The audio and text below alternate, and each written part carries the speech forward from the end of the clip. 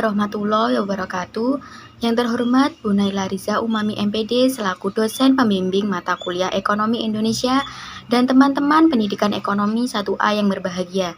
Puji syukur kita panjatkan kepada Allah Subhanahu wa Ta'ala atas rahmat serta hidayahnya sehingga kita masih diberi kesehatan. Tak lupa sholawat serta salam semoga tetap tercurahkan kepada junjungan kita Rasulullah Shallallahu Alaihi Wasallam. Perkenalkan, saya Tarisya Nurul Natasha dengan NPM 211872003051 yang akan memandu presentasi Ekonomi Indonesia kelompok 2 mengenai industrialisasi.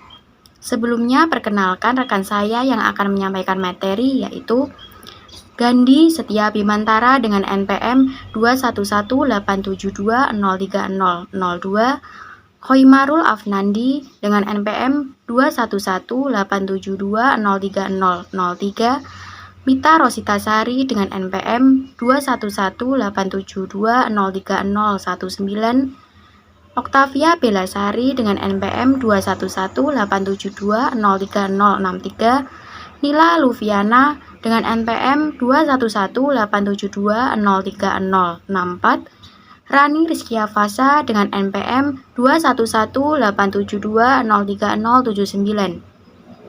Selanjutnya, kepada rekan saya yang akan menyampaikan materi, saya persilakan. Konsep dan tujuan industrialisasi. Awal konsep industrialisasi adalah revolusi industri abad 18 di Inggris, kemudian penemuan metode baru dalam pemitaan dan penemuan kapas yang menciptakan spesialisasi produksi dan peningkatan dan produktivitas faktor produksi. Dan tujuannya yaitu 1. Meningkatkan penyerapan tenaga kerja industri, 2. Meningkatkan ekspor Indonesia dan pemberdayaan pasar dalam negeri, 3. Memberikan sumbangan pertumbuhan yang berarti bagi perekonomian, 4. Mendukung perkembangan sektor infrastruktur, 5. Meningkatkan kemampuan teknologi, 6. Meningkatkan pendalaman struktur industrialisasi dan diversifikasi produk, 7. Meningkatkan penyebaran industri. Faktor-faktor pendorong industrialisasi meliputi kemampuan teknologi dan inovasi, laju pertumbuhan pendapatan nasional per kapita, kondisi dan struktur awal ekonomi dalam negeri, negara yang awalnya memiliki industri dasar primer, hulu, seperti baja, semen, kimia, dan industri tengah seperti mesin alat produksi akan mengalami proses industrialisasi lebih cepat. Besar pangsa pasar DN yang ditentukan oleh tingkat pendapatan dan jumlah penduduk. Indonesia dengan 200 juta orang menyebabkan pertumbuhan kegiatan ekonomi. Ciri-ciri industrialisasi yaitu cara pelaksanaan industrialisasi seperti tahap implementasi, jenis industri unggulan, dan insentif yang diberikan. Keberadaan SDA. Negara dengan SDA yang besar cenderung lebih lambat dalam industrialisasi. Kebijakan atau strategi pemerintah seperti tax holiday dan bebas biaya masuk bagi industrialisasi orientasi ekspor. Materi selanjutnya adalah perkembangan sektor industri manufaktur nasional. Perusahaan manufaktur merupakan penopang utama perkembangan industri di sebuah negara. Perkembangan industri secara nasional di negara itu. Perkembangan ini dapat dilihat baik dari aspek kualitas produk yang dihasilkannya maupun kinerja industri secara keseluruhan.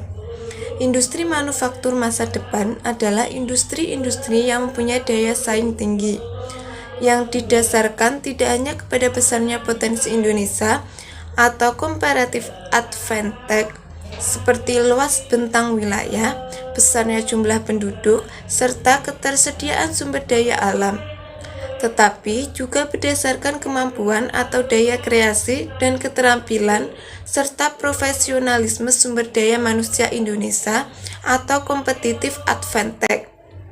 Perkembangan industri manufaktur di sebuah negara juga dapat untuk melihat permasalahan industrialisasi yang ada seperti 1. Keterbatasan teknologi, 2. Kualitas sumber daya manusia. 3. Keterbatasan dana pemerintah selalu defisit dan sektor swasta. 4. Kerjasama antara pemerintah, industri, dan lembaga pendidikan dan penelitian masih rendah. Membacakan materi tentang strategi pembangunan sektor industri. Strategi industrialisasi adalah pandangan yang dianggap sebagai sebuah keniscayaan untuk memajukan proses pembangunan di sebuah negara. Industrialisasi dianggap sebagai salah satunya jalan pintas untuk meretas nasib kemakmuran suatu negara secara lebih cepat dibandingkan tanpa melalui proses tersebut. Strategi pelaksanaan industrialisasi yang pertama adalah strategi substitusi impor inward looking, yaitu suatu strategi yang mengutamakan pengembangan jenis industri untuk menggantikan kebutuhan akan impor produk-produk sejenis.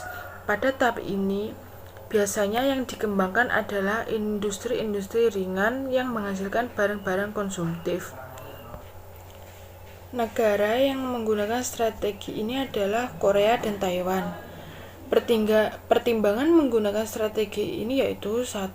Sumber daya alam dan faktor produksi cukup tersedia. 2. Potensi permintaan dalam negeri memadai. 3. Sebagai pendorong perkembangan industri manufaktur dalam negeri. 4. Kesempatan kerja menjadi luas. 5. Pengurangan ketergantungan impor sehingga defisit berkurang. Strategi yang selanjutnya adalah strategi promosi ekspor atau outward looking, yaitu strategi industrialisasi yang mengutamakan pengembangan jenis-jenis industri yang menghasilkan produk-produk untuk diekspor. Strategi promosi ekspor biasanya ditempuh sebagai kelanjutan dari strategi substitusi impor. Namun dalam proses industrialisasi biasa saja strategi promosi ekspor dijalankan tanpa harus didahului dengan strategi substitusi impor. Beberapa cara agar strategi ini dapat berhasil. Yang pertama, pasar harus menciptakan sinyal harga yang benar, yang merefleksikan kelangkaan barang baik di pasar input maupun output. 2. Tingkat proteksi impor harus rendah. 3. Nilai tukar harus realistis. 4. Ada insentif untuk peningkatan ekspor. Selanjutnya, materi yang kelima adalah kebijakan industrialisasi pasca krisis ekonomi. Kebijakan industrialisasi dan kontinuitas konflik industrial pasca krisis ekonomi tahun 1997 sampai 1998. Kajian mengenai hubungan industrialisasi dengan masifnya konflik industrial pada umumnya terfokus kepada terbentuknya kekuatan buruh sebagai konsekuensi dianutnya strategi industrialisasi berorientasi ekspor atau IOE.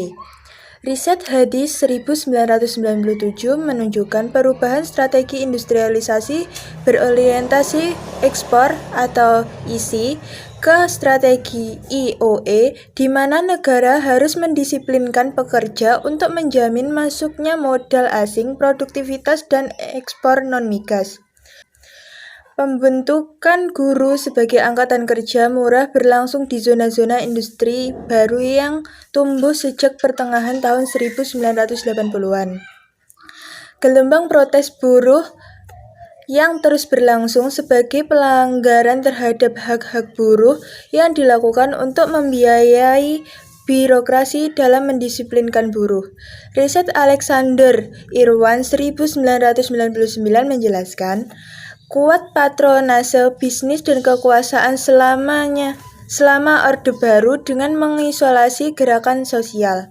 Industrialisasi yang berlangsung di negara ini tetap berada di anak tangga terbawah dalam struktur industri, karena patronase bisnis menggerogoti perekonomian. Selanjutnya akan dilanjutkan oleh teman saya. Materi selanjutnya yaitu apa yang berlangsung di Indonesia tersebut bertolak belakang dengan pengalaman Korea Selatan dan Thailand. Meskipun di kedua negara ini juga berlangsung patronase bisnis, sebagaimana dikemukakan oleh Budiman pada tahun 1994, Robert Witt pada tahun 1992 dan Richard Donner pada tahun 1998. Tetapi berhasil mengikis Petronas dan menciptakan efisiensi produksi, kemudian mengandalkan keunggulan kompetitif. Apa sih yang dimaksud dengan Petronas? Yaitu adalah dukungan atau dorongan yang diberikan oleh organisasi. Yang selanjutnya dipimpin oleh penganut ideologi industrialisme atau Chalmers pada tahun 1996. Pada awal Orde Baru, departemen ini lebih memperlihatkan nasionalisme ekonomi ke dalam dan secara ideologis berhadapan dengan modal asing. Selanjutnya, kasus Malari pada tahun 1974 menunjukkan sentimen nasional ekonomi yang kemudian bergeser menjadi sentimen anti-Cina, sehingga lebih mewakili pribumisme. Mulai Pelita 3, kebijakan industri dapat disebut sosialisme hulu dan kapitalisme hilir. Wi pada tahun 1994 yang lebih menggambarkan bangkit ideologi industrialisme. Dalam ideologi ini, nasionalisme tidak seluruhnya berorientasi ke dalam, yang hanya akan melahirkan konflik antar golongan, melainkan juga diorientasikan keluar, seperti dapat disimak dari pemikiran Suhut pada tahun 1988. Ideologi ini berusaha memanfaatkan ekonomi nasional yang diperoleh dari pendapatan minyak bumi untuk melakukan negosiasi dengan modal asing. Sekian materi yang dapat saya sampaikan. Untuk selanjutnya saya kembalikan kepada moderator. Demikian tadi presentasi dari kelompok 2. Jika ada kurang lebihnya, kami mohon maaf. Wassalamualaikum warahmatullahi wabarakatuh.